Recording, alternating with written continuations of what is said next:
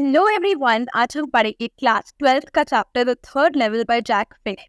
इस वीडियो में आपको बेस्ट एनसीईआरटी एक्सप्लेनेशन मिल जाएगा along with most important questions and word meaning. तो इस चैप्टर का जो मेन थीम है वो है एस्केपिज्म। एस्केपिज्म यानी हमें रियलिटी से दूर हटना है, यानी कि हम फेस नहीं करना चाहते हमारी रियलिटी को, हमारी प्रॉब्लम्स को। हम लोग मौका ढूंढते रहते हैं कि कैसे अपनी रियलिटी से एस्केप करें और अपने प्रॉब्लम्स को ना फेस करें, क्योंकि आजकल के ज़माने में चीज़ें इतनी कॉम्प्लिकेटेड हो चुकी हैं। तो इस चैप्टर में जो प्रोटैगनिस्ट है चार्ली, यानी कि जो मेन कैरेक्टर है, वो ऐसे ही डे ड्रीम करते हुए एक थर्ड लेवल पर आ जाता है, एक सबवे स्टेशन पर। और ये स्टोरी देखती है कि उसकी कैसी डिजायर है to escape the realities of the present, and वो पास्ट में जाके, इस थर्ड लेवल के थ्रू पास्ट में जाके वहां पर शांति और सुख ढूंढना चाहता है। ये स्टोरी हमें पावर ऑफ इमेजिनेशन के बारे में बताती है और longing for a simpler and happier time, कि सब कैसे एक सिंपलर और हैप्पियर लाइफ जीना चाहती है। अब ये स्टोरी स्टार्ट होती है चार्ली के। चार्ली हमें बता रहा है कि उसने एक थर्ड लेवल देखा है स्टेशन, ग्रैंड सेंट्रल स्टेशन पे, लेकिन वो ये कहता है कि सब लोग उसे कहते हैं कि थर्ड लेवल तो एग्जिस्ट ही नहीं करता। The presidents of the New York Central and New York New Haven swear on the stack of time tables that there are only two. I say three क्योंकि उसने देखा है ये थर्ड, और वो थर्ड लेवल पर जा चुका है। किसके थर्ड लेवल पे? ग्रैंड सेंट्रल स्टेशन की थर्ड लेवल। और उसको लगता है कि वो कोई पागल तो नहीं हो गया है। तो वो साइकाइट्रिस्ट से भी कंसल्ट करता है कि मुझे ही दिख रहा है क्या सिर्फ थर्ड लेवल, और किसी को नहीं दिख रहा क्या? तो उसने एक साइकाइट्रिस्ट को बताया अपने ग्रैंड सेंट्रल स्टेशन की थर्ड लेवल के बारे में, एंड उसके साइकाइट्रिस्ट ने उसको बोला कि तुम वेकिंग ड्रीम विश फुलफिलमेंट कर रहे हो, यानी कि तुम सपने सजा रहे हो, तुम रियलिटी को एस्केप कर रहे हो। तो साइकाइट्रिस्ट को बता रहा है तुम बस एस्केपिज्म में ड्वेल कर रहे हो, तुम एस्केप करना चाहती हो रियलिटी। तो अब ये सोचता है चार्ली कि हाँ, मे बी मैं एस्केप करना चाहता हूँ, कौन नहीं करना चाहता? Everybody I know wants to escape. तो इसका साइकाइट्रिस्ट इसको बताता है कि तुम और भी ऐसी चीजें करते हो, और उसकी फ्रेंड्स भी उसको बताते हैं कि तुम ऐसी चीजें करते हो जिससे तुम एस्केप करते हो, जैसे कि तुम स्टैम्प्स कलेक्ट कर। तो ये टेम्पररी रिफ्यूज ले रहा है रियलिटी से, यानी कि रियलिटी से हटना चाह रहा है, बिलीव नहीं करना चाहता अपनी रियलिटी, क्योंकि उसकी रियलिटी बहुत कॉम्प्लिकेटेड है, बहुत प्रॉब्लम से भरी हुई है। फिर वो ये कहता है कि may be my grandfather did not need any refuse from reality, क्योंकि उनका टाइम बहुत सिंपलर था और चीजें बहुत अच्छी थी, पीसफुल थी, बहुत सुख शांति थी पहले के टाइम पे। उसने अपने ग्रैंडफादर से सुना था कि उनके टाइम पे बहुत सुख शांति। ये जो कलेक्शन है स्टैम्प का, फर्स्ट डे कवर्स का, यानी कि सबसे पहले जब स्टैम्प्स निकलते थे उसके ग्रैंडफादर को कलेक्ट कर लेते थे, और ये भी उस कलेक्शन को आगे लेके जा रहा है और कलेक्ट कर रहा है स्टैम्प। अब वो हमें स्टोरी बताता है अपनी, यहाँ से स्टार्ट होती है स्टोरी कि कैसे उसने थर्ड लेवल को डिस्कवर। तो एक रात का टाइम था और ये काम करके घर वापस जा रहा था ऑफिस। बहुत लेट हो गया था, तो उसने सोचा मैं सबवे ले लेता हूँ ग्रैंड सेंट्रल का, बस से टाइम लग सकता है, इसलिए ग्रैंड सेंट्रल स्टेशन का सबवे लेके जा रखता है। अब ये बता रहा है कि मैं बस एक ऑर्डिनरी सा गाय, मेरा नाम चार्ली है, मैं 31 ईयर्स का हूँ, और मैं नॉर्मल से कपड़े पहन के जा रहा था। आई पास टू डजन में वो लोग जस्ट लाइक मी, बस मेरे जैसे आम लोग चल रहे थे आसपास, और मैं किसी चीज से एस्केप नहीं करना चाह रहा था। मेरे को तो बस घर जाना था अपनी वाइफ लुइसा के पास, इसीलिए मैं ग्रैंड सेंट्रल स्टेशन गया, वहां पर फर्स्ट लेवल पे गया, सेकंड लेवल पे गया। अभी हमें बता रहा है कि जो ग्रैंड सेंट्रल स्टेशन है बहुत ही कंफ्यूजिंग है, वो इतना बड़ा है कि वो कम से कम 100 बार इसमें आ चुका है और जा चुका है, लेकिन फिर भी ये न्यू डोरवेज और स्टेयर्स और कॉरिडोर्स को डिस्कवर करता रहता है।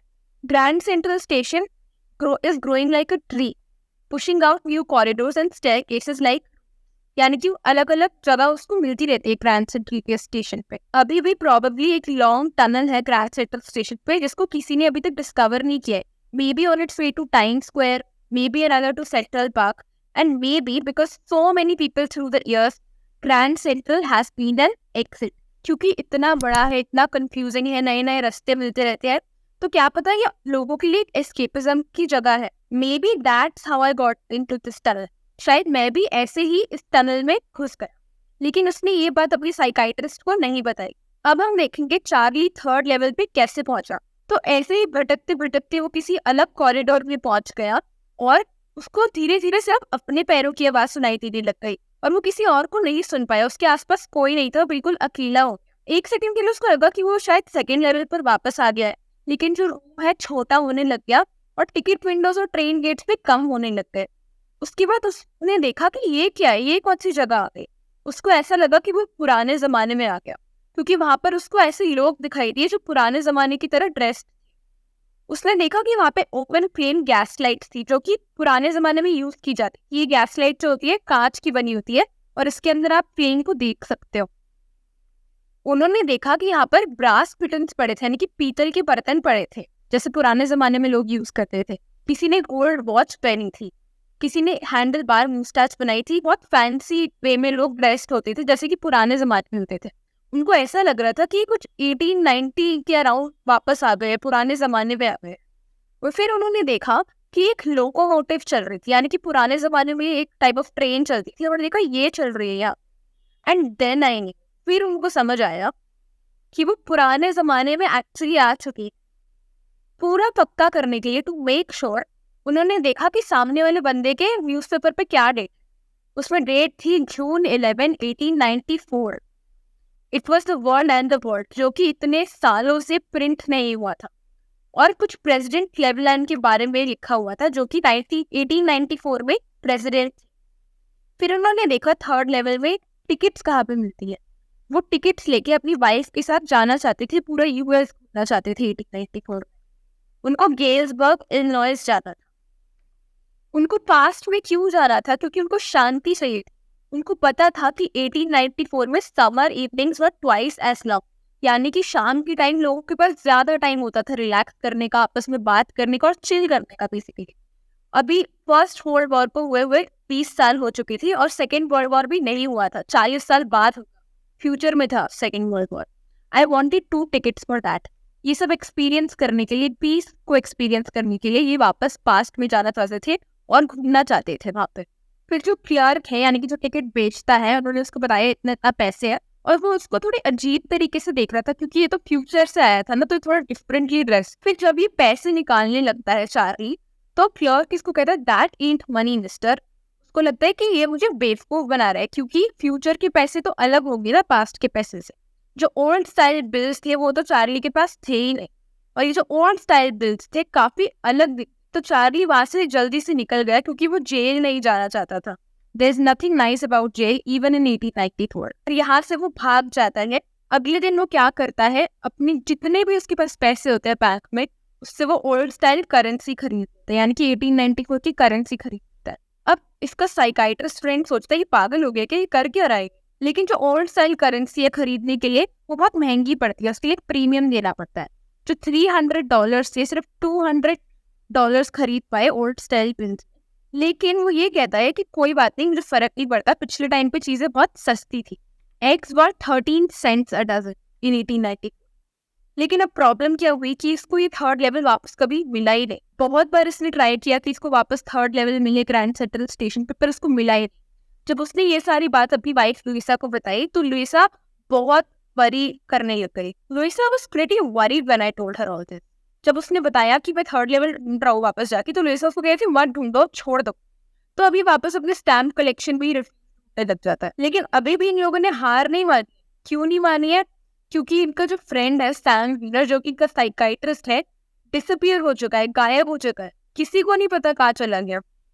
अब चार्ली को लगता है कि जो सैम है वो इलिनॉइस गेल्सबर्ग में चला गया जहाँ ये जाना चाहता था 1894 में, क्योंकि उसको ये बातें सुनना अच्छा लगता है। अब हम देखते हैं कि इसको क्यों लगता है कि स्टैम्प 1894 पर चला। एक रात वो जब ये अपनी स्टैम्प कलेक्शन देख रहा था तो इसने एक फर्स्ट डे कवर देखा। फर्स्ट डे कवर क्या होता है? जब भी नया स्टैम्प इशू होता है तो जो स्टैम्प कलेक्टर सेल के पहले दिन अपने आप को वो स्टैम्प मेल कर देते हैं और वो सेव कर लेते हैं अपने पास ऐसे, और उस एनवेलप को बोलते हैं फर्स्ट डे कवर। इनको कभी खोला नहीं जाता, एक ब्लैंक पेपर होता है में, बस बेसिकली स्टैम्प के चक्कर में उसको मेल करते हैं खुद को।